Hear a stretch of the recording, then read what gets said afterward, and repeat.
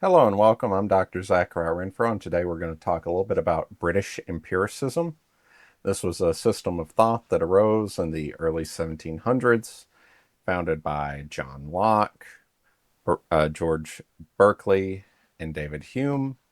And the basis of British empiricism is this idea that you can only know things through experience, but we'll talk a little bit more about that as we get into it. As you can see here, I've got a little humorous comic from Existential Comics. I hope you check them out. Real great philosophical comics for the folks that are inclined to want to look at that kind of thing. So, we're going to talk a little bit about the historical background. We're going to talk about John Locke, George Berkeley, and then David Hume. And with each of these thinkers, we're going to examine their ideas in a little bit more detail, and hopefully we'll learn a little bit about British empiricism along the way. So, empiricism arose as a response to the rationalism of Descartes and Leibniz.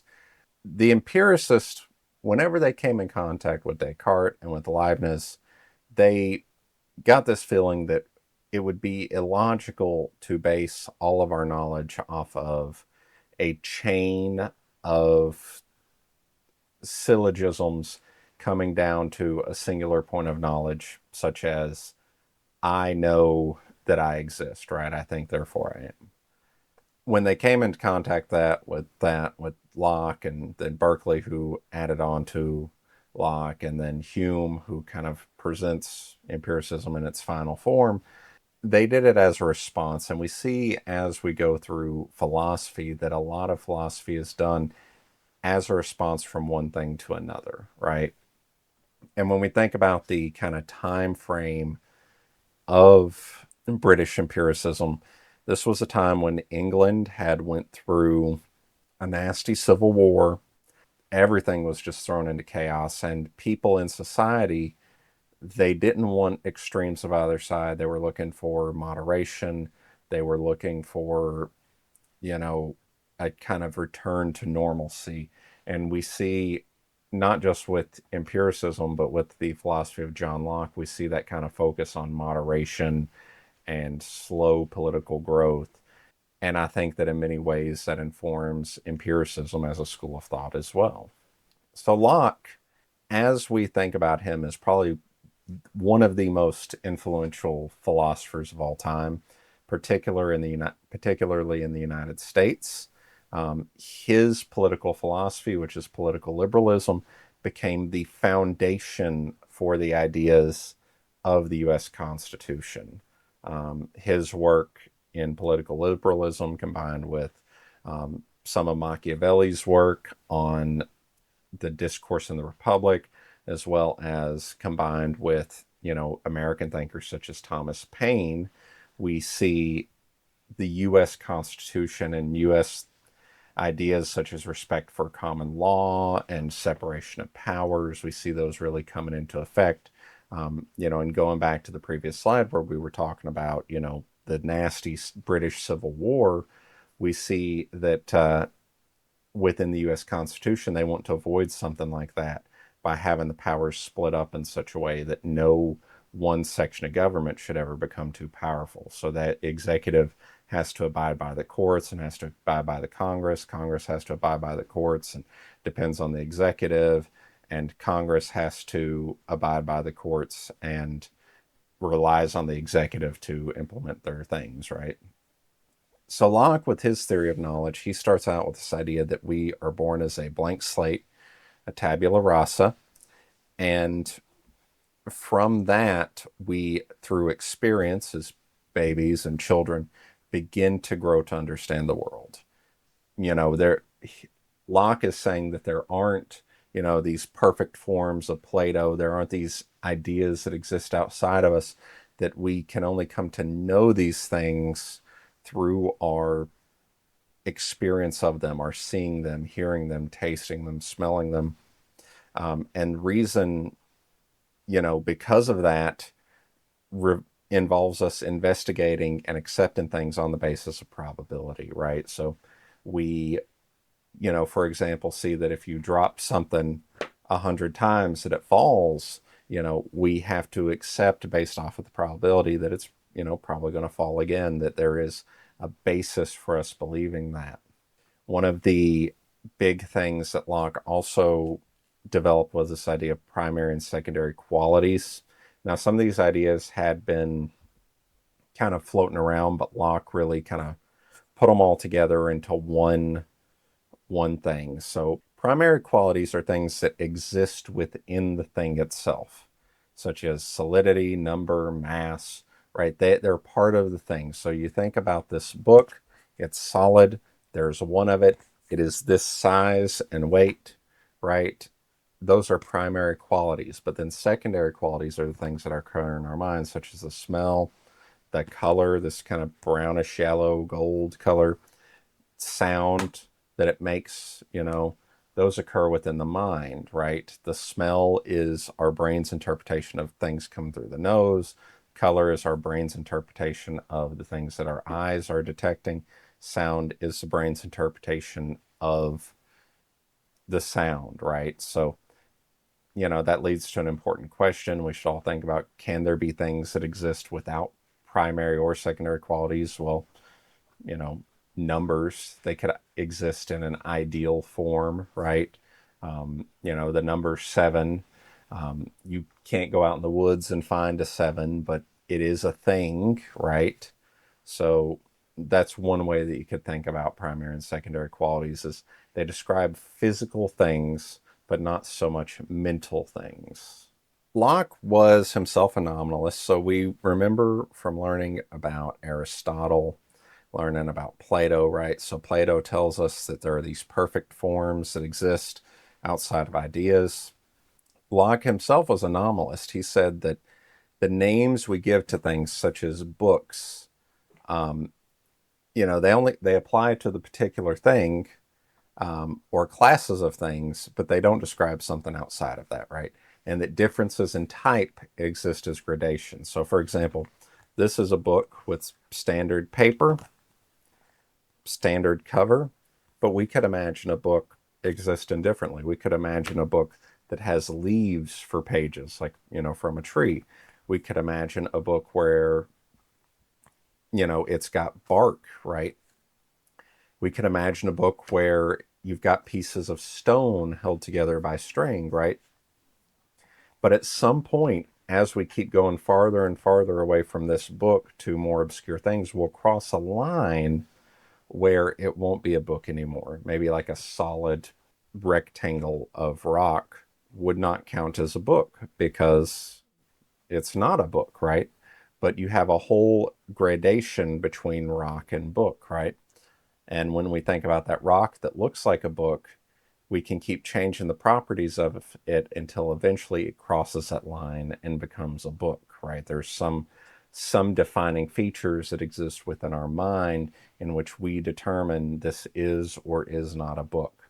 And at the time, this was a pretty radical idea, because it not just applied to books, but also to animals. This is in the days prior to the theory of evolution. So what John Locke is saying is that, the difference between, say, a chicken and a sparrow, right? You could have gradations between chicken and sparrow until eventually, you've hit this middle point between the two where you're not sure whether it's a chicken or a sparrow, right? You'll know when you've reached on the opposite side of that it's either chicken or sparrow, but you'll have a point in the middle where you're unsure. So perception is our first step to knowledge, and this was controversial because it was thought to be a priori, right? The ideas of, forms floating around or things that, exist in the mind of God that we connect to, right? But John Locke says that the first step to us knowing anything is perceiving it, touching it, feeling it, whatever. And then our ideas come from sensations that operate from those perceptions, right? So you perceive something, and then your mind operates. It has sensations or internal operations such as thinking, and then that creates your ideas, right? So we've got our ideas created, and then knowledge is the agreement of our ideas. They can be intuitive, such as our own existence. They can be demonstrative, such as God's existence, or they can be sensitive, such as existence of things, right? I can sense this book. I know it's here. I can make a logical case for God. I could say, I know I exist and I'm not in a simulation because God exists and God is good, right? I've demonstrated that God exists. I can know intuitively that I exist, right? Because I'm thinking, I'm speaking, so I can intuit that I exist. And those are the three ways that knowledge can interact. So as we can see, Locke, who's responding to Descartes, who's responding to the scholastics, Descartes hadn't been completely accepted by everyone. There was still a strong scholastics culture. And then you got Locke, who comes and basically with a bazooka blows everything away. And we can see why these ideas of empiricism might have took a little bit to pick up, but they do start picking up. And eventually it becomes sort of the foundation for our modern sense and modern understanding of knowledge. It's hard for us to understand now how big of a step this was, because the way that we in the Western world intuitively think about knowledge is a result of the work of John Locke, George Berkeley, and David Hume. So Berkeley, he lived from 1685 to 1753, and he was one of those people, and these people, they burn real brightly when they're young, and then they kind of fade away. That was Berkeley. He wrote all of his influential works before he was like 30, and then kind of just faded away. Berkeley took the ideas of Locke and took them a step even further. He says all material objects don't exist. There's nothing. This book, it doesn't actually exist. The only thing that exists is the perception of it.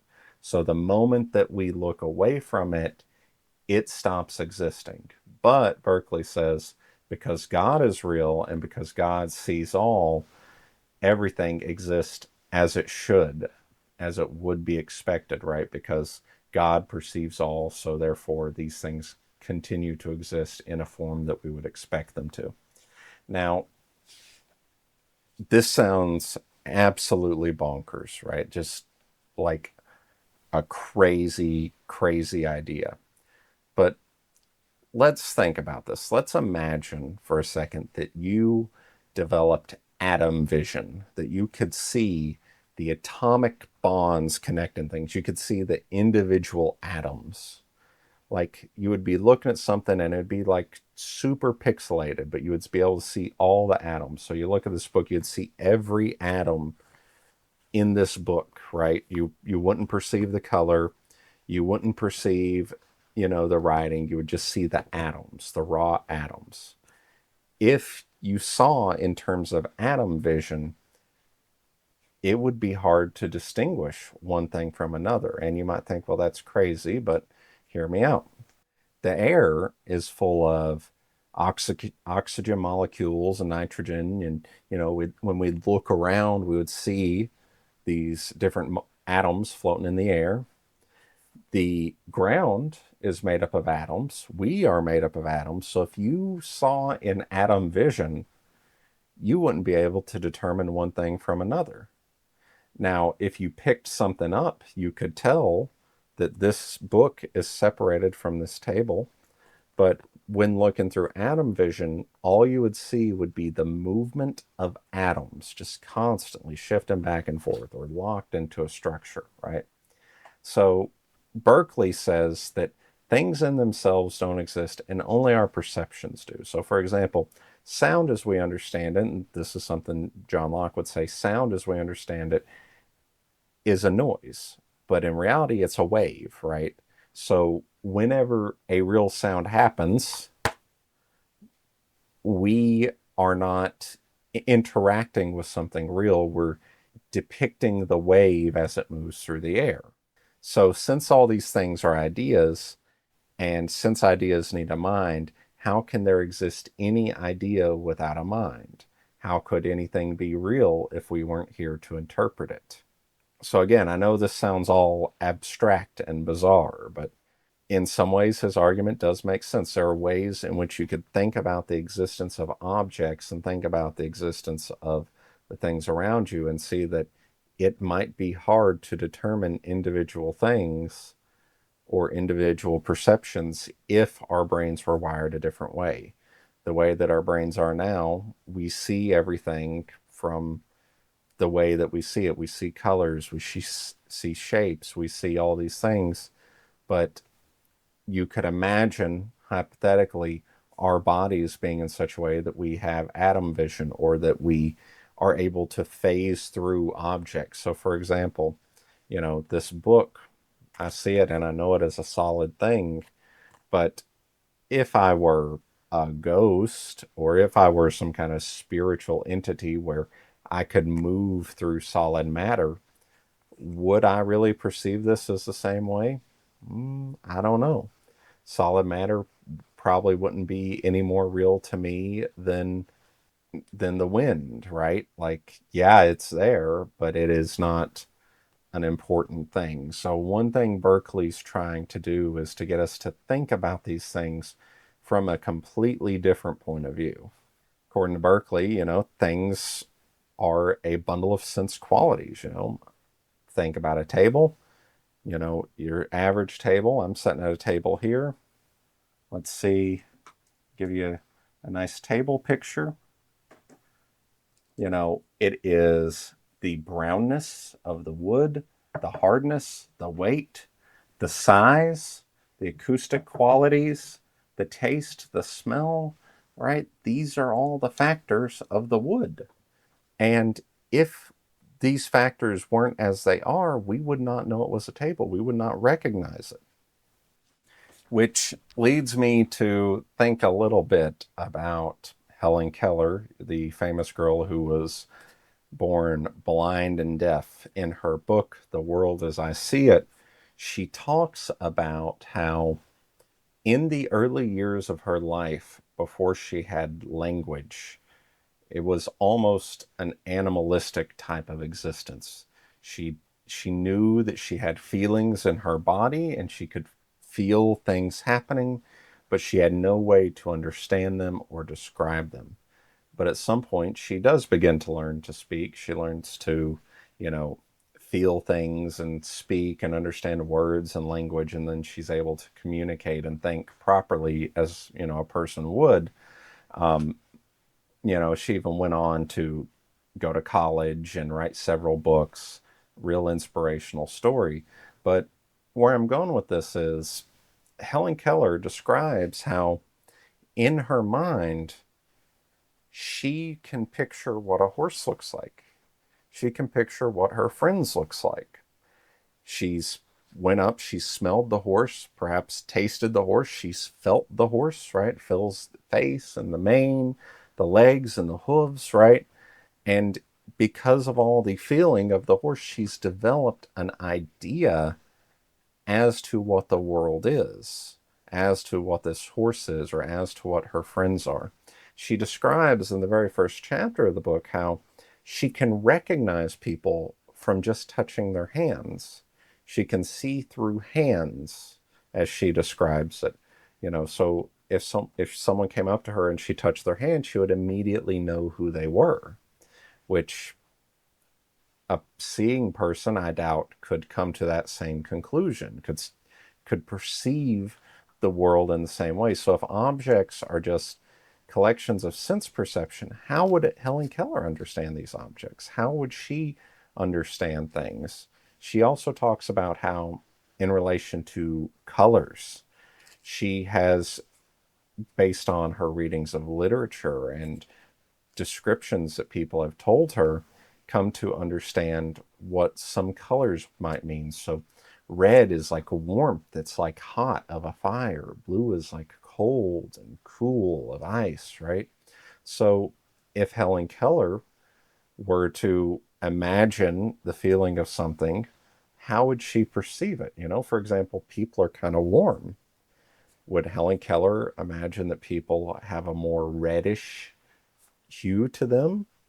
Would Helen Keller imagine that a refrigerator, which is, typically cool on the inside, would she imagine that it's blue all the time?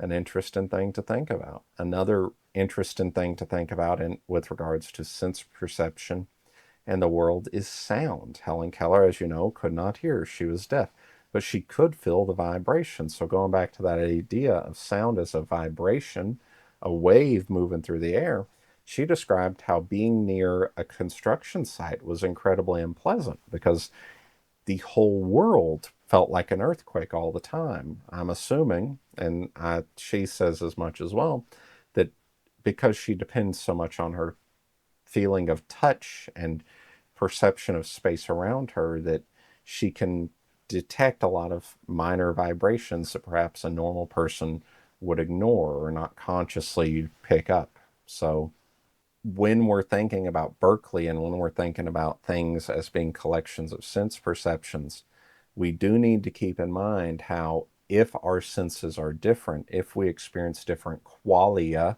that is internal perception of things, then our understanding of things will be different. Now we got on to David Hume, a philosopher who wanted to be a mover and a shaker in his time, but wasn't really recognized until later on. He wrote very early on a very, very long book, a treatise of human nature in which he described all of his theories, and he was hoping that it would set the philosophical world on fire, but basically no one read it and no one cared. A bit later in his life, he wrote an inquiry concerning human understanding, and it did pick up a little bit of traction. Immanuel Kant read it and said that it awoke him from his dogmatic slumber and pushed him to pursue serious philosophy. But for the most part, Hume was not appreciated in his lifetime. He had to work a variety of different jobs, at one point being a secretary to a general. He tried several times to become a college professor and could never get accepted. Part of that is because of his controversial opinions, and part of it might have been his own personal life. He was friends with Jean-Jacques Rousseau, and they had a bit of a falling out. Obviously, the details are hard to know, but it was a messy breakup, and the two of them were not friends anymore after that. It was a very public feud between the two of them. Hume, as you can see, was one of those people who didn't quite fit in. He didn't quite fit in, and part of that is because his ideas, and then part of it might have been his personality. As a thinker, he rejected metaphysics. He pretty much rejected them as a whole, believing they were a waste of time. And the reason for that is because he said metaphysical ideas are things that we cannot know through experience. We cannot experience these metaphysical ideas.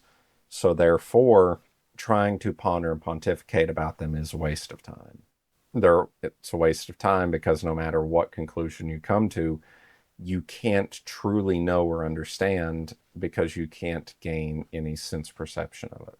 So I'm going to go through these next parts with a bit of tedious detail because they can be rather confusing. They start off simple, but they do get complicated really quickly. So he argues there's two kinds of perception: impressions and ideas. So impression is coming directly from the senses, and it's something that you see directly. I see this book, it forms an impression on my mind.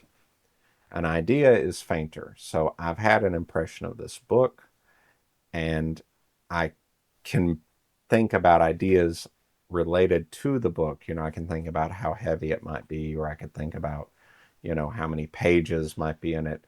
And those are ideas that come from impressions. Complex ideas, they are a combination of simple ideas and impressions mashed together. Importantly, he says we cannot have a self-perception, a self-impression, because we can't perceive ourselves, right? For Hume, for his understanding of self, and this is an idea that actually fits fairly closely to modern psychology, our self is just a bundle of perceptions. At any given moment, we are perceiving things and thinking about things, and then those perceptions are linked together through a chain of memory. Now, to us in the modern world, that might not sound so radical, but in the time of Hume, ideas like that, his detractors took his ideas to mean that he's saying there's no soul, right? Because if you can't perceive yourself and yourself is your soul and you're just a bundle of perceptions, then it would be an atheistic world. Now, Hume, in his letter to the gentleman at the college that he was trying to apply to, Edinburgh, I believe it was, he vehemently denies that he's an atheist and that he is a strong supporter of the faith and all that, but that his philosophical writings are meant to help people understand the physical world which we live in. So, one thing I want to say is when it comes to knowledge, and I didn't put this on the slide, but Hume claims we can have certain knowledge of some things, such as mathematics and numbers. We can know what a seven is, right? But for other things, we only have uncertain knowledge, such as the future, any unobserved parts of the present and the past. Those are all probable knowledge, right? If you can't directly observe it, your knowledge of it is probable, meaning that it is uncertain and that you are drawing a conclusion based off of custom, right? But I'm going to explain a little bit more about that. There are 7 kinds of philosophical relation for things: resemblance, identity, relation to time and place, quantity, quality, country, contrariety, and causation. Resemblance: what does it look like? How does it resemble other things? Identity: what is it? Relation to time and place: where is it at? What time period is it? Quantity: how many? Quality: what's it look like? What's it feel like? What's it made of? Contrariety: is it contradicted? Causation: does it have cause and effect? I know that's a lot. Take a deep breath. We'll make it through it. Of the 7 relations, they can be divided into those that depend on ideas and those that can be changed without changing the ideas. So the things that can change without changing the ideas, they give us probable knowledge. That's relation of time and place and cause and effect. So what does that mean? I believe that gravity causes us to fall, right? We have this force gravity. We have this business card. That's a cause, that's effect. But I can imagine a situation when I go to let go of this and it floats away and gravity perhaps doesn't work for whatever reason. I still have the idea of gravity and I still have the idea of this card. Those things have not changed, but the link between them has changed, just as relation of time and place. This card exists right now in the present, but I can imagine this card existing in the 1800s, right? So I have this idea of the present, I have this idea of the card, they exist together. But if the card existed in the 1800s, it would not change the ideas themselves, just the linkage between them. And because they depend on a link between the ideas, that gives us probable knowledge. Whereas things that only depend on the ideas give us certain knowledge, such as quantity. There is one of this card. I am certain, right? Resemblance. This card looks like this. I'm certain, right? So as we break this down, we can see that it can be a little topsy-turvy. It can be a little confusing, but if we go through it slowly, and you may have to rewatch some of these parts if you're having trouble keeping up or having trouble with your notes, you might have to rewatch it because Hume throws out, and reading his books is the same way. He throws out rapid fire these ideas, and you have to try and keep up as best you can. So one of his most controversial ideas is the argument on cause and effect. Causation is the relation between ideas that allow us to determine inferences, being cause or effect, right? And he argues that causation does not create an impression, right? Gravity in this fallen, that's not a proper impression, but it's a connection of ideas. And we infer that connection through analysis.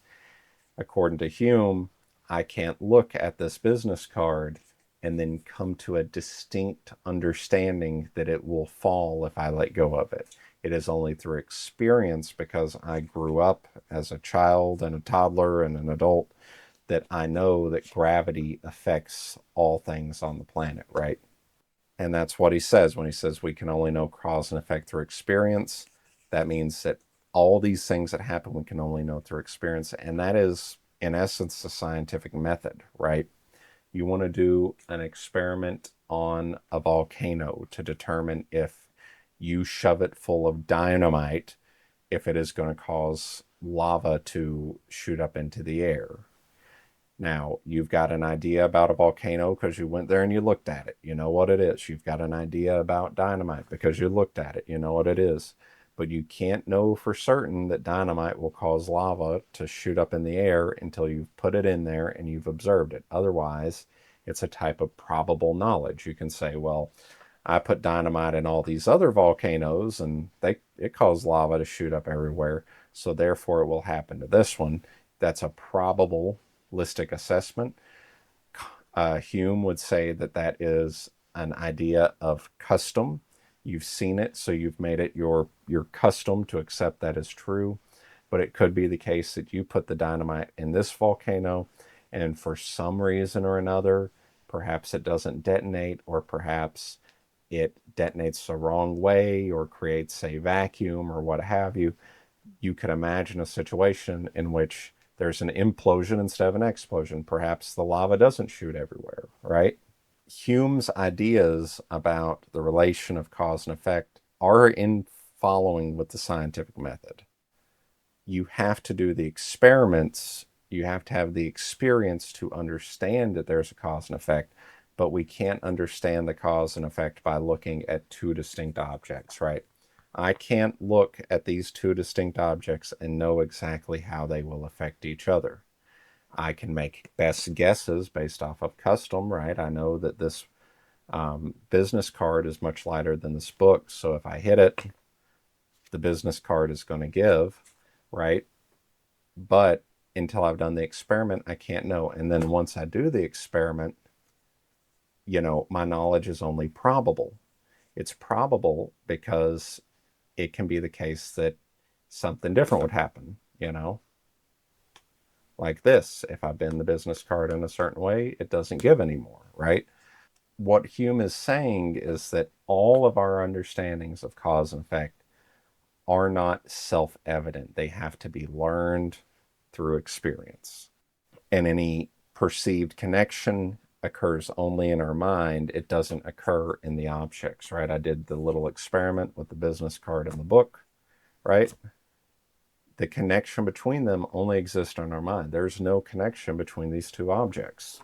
So as you can imagine, Hume's views of causation were very controversial because up until Hume came around and threw a wrench in everything, cause and effect were seen to be a priori pieces of knowledge. You could understand cause and effect supposedly through rational analysis, just by thinking empirical, thinking, unempirically, rationally, thinking rationally about something. I can, you know, the prevailing wisdom before Hume was I could just think about these things, knowing nothing else about them, never experiencing it, and come to a conclusion of cause and effect. But Hume says, hey, that's not possible. That's not a valid type of argument. And Hume does leave open the possibility that Hume leaves open the possibility there could be a very rational argument for cause and effect, but he doesn't know it, and he would expect other people to present it to him. He would expect it to be an argument that is simple enough in nature that a child could make it, right? Because if we are able to determine cause and effect through pure reason and not through empiricism, then it should have to be the case, he would think, that cause and effect would be determinable via reason. Now, Kant, he's going to have some stuff to say about this in the future, but, that's where Hume is. So again, with, cause and effect, I'm going to go through this again very tediously because it is very easy to get mixed up. Because it's a probable type of knowledge, right? It's not certain, right? We go back. Certain knowledge are these ones here on the left side of the screen. Probable knowledge are the ones on the right side of the screen. Because cause and effect give us probable knowledge, we can't say that A causes B. We would have to say something to the effect of A is closely followed by B, and that causation is understood as a timeline of observed events, and it's not a property of the object, right? I was talking about the book. It's not a property of the book. And this, again, is a view of similar to modern science. We're doing an investigation on whether acid dissolves business cards, right? We drop the acid on there and it dissolves a business card, and we can say that the acid was placed on the business card and the business card immediately began to disintegrate. We believe that acid dissolves business cards, but we can't just from that know that acid causes business cards to dissolve. It could be the case that there exists a business card out there that is not dissolvable by acid. Hume introduces a type of extreme skepticism where he rejects inductive reasoning. So, as we remember, inductive reasoning is where if we observe something happening a large enough amount of times, we can assume it will happen in the future. Hume says that's not valid. So we do an experiment. We drop this business card 5 times, 3, 4, 5, and from our experiment, we say, oh, we let go of it 5 times. It fell to the ground 5 times. We can assume it will happen again in the future because of the past.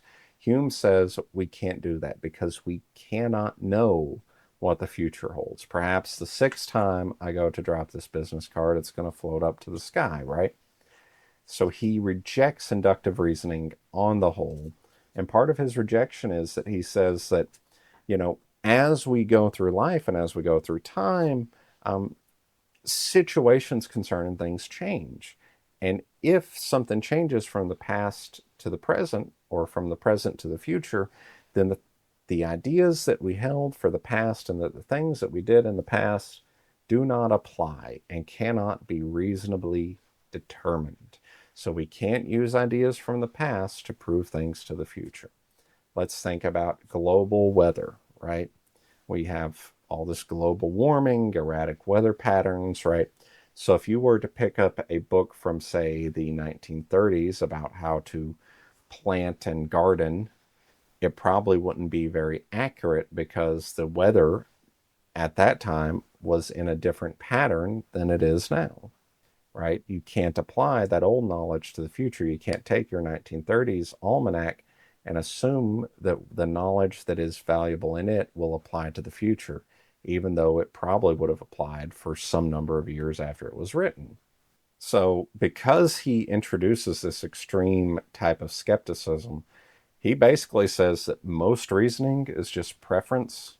It's custom. We observe something and we accept it as being a custom, as being true. It's not rational. It's not provable by deductive logic. So therefore, he says empirical skepticism can't be solved. We can't figure out the skeptical problem. We can't know anything really. We just have to accept the limits of our knowledge and ignore it. We have to accept the inconsistencies as they come. We have to accept the irrationality as it comes and just live our lives as best we can. So we can see just from looking at Hume that these ideas are quite controversial. They were not well received in his time, and I think that goes to show with the way that his life turned out. He wasn't able to get a professorship. He wasn't seen as an intellectual titan of the time. He came to be appreciated after his death, but during his life, he did face some challenges. And part of that is because his ideas, although they're very much in line with how we view the world today, not exactly, but they're very, very close. They did have an impact. They did see a change. A change came from Hume's ideas in the same way it came from Berkeley and the same way it came from Locke. But he wasn't able to appreciate those changes in his life. That's all I've got about British empiricism, Locke, Hume, Berkeley, intellectual titans of their time who affected the world as we knew it. If you are one of the students in my class, I can't wait to hear what you think about it in the weekly meeting. If you found this on YouTube, leave a comment, like, subscribe, let me know what you think. I'd be really interested to hear your thoughts.